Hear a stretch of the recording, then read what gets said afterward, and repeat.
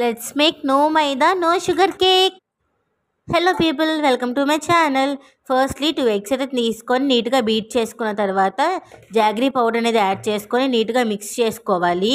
మన టేస్ట్కి తగ్గట్టు మన ఇష్టం ఎంత వేసుకోవాలో. నెక్స్ట్ కోకో పౌడర్ అనేది ఒక 4 to 6 టేబుల్ స్పూన్స్ అయితే వేసుకోవాలి. ఇది చాక్లెటీ ఫ్లేవర్ ఇస్తుంది. నెక్స్ట్ అయితే బేకింగ్ పౌడర్ అనేది యాడ్ చేసుకుంటున్నాను, మరీ ఎక్కువ కాకుండా కొంచెం మీడియంగానే.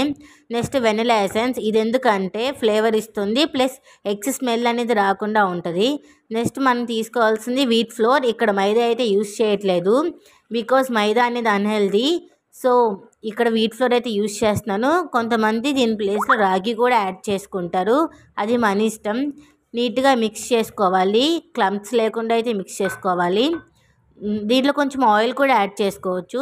మిక్స్ చేసుకొని పక్కన పెట్టుకొని ఒక బౌల్ అయితే తీసుకోవాలి. తీసుకున్న తర్వాత ఇలా ఆయిల్ అయితే నీట్గా మొత్తం స్ప్రెడ్ చేసుకోవాలి, ఎందుకంటే కేక్ అనేది దీనికి అంటకుండా ఉండడానికి. నెక్స్ట్ మనం ప్రిపేర్ చేసుకుని దీంట్లోకి అయితే వేసుకొని ఇలా స్టవ్ ఆన్ చేసి హాట్ వాటర్ పైన అయితే ప్లేస్ చేయాలి. ఇలా ప్లేస్ చేసిన తర్వాత ఫుల్గా అయితే మనం దీన్ని కవర్ చేయాలి. ఫుల్గా కవర్ చేయకపోతే మన కేక్ అనేది సరిగ్గా రాదు. ఆఫ్టర్ 15 to 25 minutes కేక్ అనేది రెడీ అయిపోతుంది. ఇలా కేక్ అయితే ఆల్మోస్ట్ అయిపోయినట్టే. మనం టెస్ట్ కూడా చేయొచ్చు కేక్కి ప్రిపేర్ అయిందా లేదా అని చెప్పి.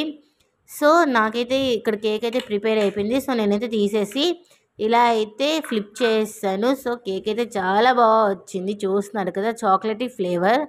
It looks so nice. Next cut చేసి కూడా టేస్ట్ చేశాను, టేస్ట్ అయితే చాలా బాగా వచ్చింది. ఇది చాలా హెల్దీ కూడా, బికాజ్ నో మైదా. నచ్చితే సబ్స్క్రైబ్ చేసుకోండి. Thank you.